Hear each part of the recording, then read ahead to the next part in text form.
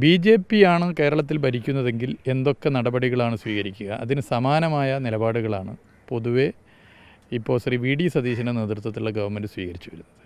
ഏറ്റവും അവസാനം വഖഫ് വിഷയത്തിൽ നമ്മളത് കാണുകയാണ്. മുഹമ്മദ് റിയാസ് MLA നമുക്കൊപ്പം ചേരുകയാണ്. ഇന്നിപ്പോൾ നമ്മൾ കണ്ടതാണ് VD സതീശൻ അലോഷ്യസ് സേവ്യറിന് മുഖം കൊടുക്കാതെ പോകുന്നു. അതിനുശേഷം അദ്ദേഹം പറയുന്നുണ്ട് താൻ പഠിച്ച രാഷ്ട്രീയമല്ല ഇതൊന്നും എന്ന് പറയുന്നുണ്ട്. എന്താണ് അതിനെക്കുറിച്ച് പറയാനുള്ളത്? അല്ല, അതിലേറ്റവും സന്തോഷിക്കുന്നുണ്ടാവുക കേരളത്തിൻ്റെ ആഭ്യന്തര വകുപ്പ് മന്ത്രി ശ്രീ രമേശ് ചെന്നിത്തലയായിരിക്കും. കാരണം കേരളത്തിൻ്റെ മുഖ്യമന്ത്രി KSU സംസ്ഥാന പ്രസിഡന്റിന് മുഖം കൊടുത്തിരുന്നെങ്കിൽ, സംസാരിച്ചിരുന്നെങ്കിൽ ഒരു ക്രമസമാധാന പ്രശ്നം ഉയർന്നു വരുമായിരുന്നു. അപ്പോൾ തീർച്ചയായും ഒരു ആഭ്യന്തരമന്ത്രി എന്നുള്ള നിലയിൽ ഒരു ക്രമസമാധാന പ്രശ്നം ഒഴിവായി കിട്ടിയതിൽ രമേശ് ചെന്നിത്തല സന്തോഷവാനായിരിക്കും.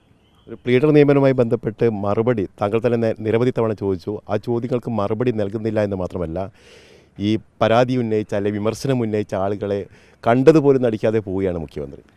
ഇത് നേരത്തെ തന്നെ ഞങ്ങൾ പറഞ്ഞ കാര്യങ്ങളാണ് ഇപ്പോൾ KSUവും കോൺഗ്രസ്സൊക്കെ പറയുന്നത്. ഞങ്ങൾ ഉയർത്തിയ വളരെ ഗൗരവമേറിയ പ്രശ്നങ്ങളുണ്ട്. ഇപ്പോൾ ഒരു BJP നേതാവിനെ പ്ലീഡറാക്കി. അതിൽ ഞങ്ങളെ ബോധ്യപ്പെടുത്തുന്ന പോയിട്ട് KSUവിനെ പോലും ബോധ്യപ്പെടുത്താൻ കേരളത്തിൻ്റെ ബഹുമാനപ്പെട്ട മുഖ്യമന്ത്രിക്ക് സാധിച്ചിട്ടില്ല. BJP ആണ് കേരളത്തിൽ ഭരിക്കുന്നതെങ്കിൽ എന്തൊക്കെ നടപടികളാണ് സ്വീകരിക്കുക? അതിന് സമാനമായ നിലപാടുകളാണ് പൊതുവെ ഇപ്പോൾ ശ്രീ VD സതീശൻ്റെ നേതൃത്വത്തിലുള്ള ഗവൺമെൻറ് സ്വീകരിച്ചു വരുന്നത്. ഏറ്റവും അവസാനം വഖഫ് വിഷയത്തിൽ നമ്മളത് കാണുകയാണ്. നിയമസഭയിൽ LDF ഗവൺമെൻറ്റിനോടൊപ്പം നിന്ന നിലപാടിൽ നിന്ന് വ്യത്യസ്തമായിട്ടുള്ളൊരു നിലപാടാണ് സ്റ്റേറ്റ് ഗവൺമെൻറ് ഇപ്പോൾ സ്വീകരിച്ചിട്ടുള്ളത്. പാർലമെൻറ്റിൽ കോൺഗ്രസ് എടുത്ത നിലപാടിൽ നിന്നും വ്യത്യസ്തമായൊരു നിലപാടാണ് ഇപ്പോൾ ശ്രീ VD സതീശൻ ഗവൺമെൻറ് സ്വീകരിച്ചിട്ടുള്ളത്.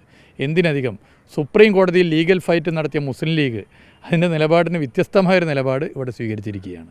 അപ്പോൾ ഞങ്ങളിതൊക്കെ പറഞ്ഞത് പൊതുവെ ആളുകൾ തിരിച്ചറിയുന്നു, വളരെ വേഗത്തിൽ തിരിച്ചറിയുന്നു. BJP ആണ് കേരളത്തിൽ ഭരിക്കുന്നതെങ്കിൽ എന്തൊക്കെ നടപടികളാണ് സ്വീകരിക്കുക? അതിന് സമാനമായ നിലപാടുകൾ ശ്രീ VD സതീശൻ്റെ നേതൃത്വത്തിലുള്ള സ്റ്റേറ്റ് ഗവൺമെൻറ് സ്വീകരിച്ചു വരുന്നു. ഈ സർക്കാരിൻ്റെ ഭാഗമാണെങ്കിൽ പോലും സർക്കാരിന് മുസ്ലിം ലീഗിനെ പോലും സമ്മർദ്ദത്തിലാക്കാൻ കഴിയുന്നുണ്ടോ ഇപ്പോൾ? അല്ല, ഇതൊക്കെ ജനങ്ങൾ പൊതുവെ കാണുന്നുണ്ടല്ലോ. പ്രഖ്യാപിത നിലപാടുകൾ, ആ നിലപാടുകളിൽ നിന്ന് വ്യത്യസ്തമായ സമീപനങ്ങൾ സ്വീകരിക്കുന്നു. ഓരോ വിഷയത്തിലും ജനങ്ങൾക്കത് ബോധ്യപ്പെടുന്നുണ്ട്. കേരളം എന്ന് പറഞ്ഞൊരു മതനിരപേക്ഷ സ്റ്റേറ്റാണ്. ഏത് മതത്തിൽ വിശ്വസിക്കുന്നവരായിക്കൊള്ളട്ടെ, മതസഹോദരി ആഗ്രഹിക്കുന്നവരാണ്. ആ മതനിരപേക്ഷ മനസ്സുകളിൽ UDFനും LDFനും വോട്ട് ചെയ്യുന്നവരുണ്ട്, നിഷ്പക്ഷരായി നിലകൊള്ളുന്നവരുണ്ട്. ആ നിഷ്പക്ഷരായി നിലകൊള്ളുന്നവരിൽ വലിയൊരു ശതമാനം തെറ്റിദ്ധരിക്കപ്പെട്ട് ഇത്തവണ UDFന് വോട്ട് ചെയ്തു. UDFിൻ്റെ കുപ്രചരണത്തിൽ പെട്ടുപോയി UDFന് വോട്ട് ചെയ്തു. അവരൊക്കെ നിരാശരാണ്. UDFനോടൊപ്പം നിൽക്കുന്ന മതനിരപേക്ഷ മനസ്സുകളും നിരാശരാണ്. ചുരുങ്ങിയ ദിവസം കൊണ്ട് നിരാശരായി. അലോഷ്യസിന് ഇനിയും കാണാനുള്ള അനുമതി കൊടുത്തിട്ടില്ല. ഏതായാലും വളരെ കൃത്യമായി തന്നെ അദ്ദേഹം പറയുകയാണ്. കാരണം നേരത്തെ ഉന്നയിച്ച കാര്യങ്ങളൊക്കെയാണ്. അതിന് ഇപ്പോഴും മുഖ്യമന്ത്രി മറുപടി നൽകാൻ തയ്യാറാവുന്നില്ല. ഇത് സംഘപരിവാറിന് വഴങ്ങുന്നു എന്നുള്ള ചില വിമർശനങ്ങളുണ്ട്. അതിന് തൊട്ടു നിൽക്കുന്നതാണ് എന്ന് തന്നെയാണ് അദ്ദേഹം പറഞ്ഞു വയ്ക്കുകയും ചെയ്തത്. ജിബേഷിനൊപ്പം reporter AK Abhilash, in reporter, Kozhikode.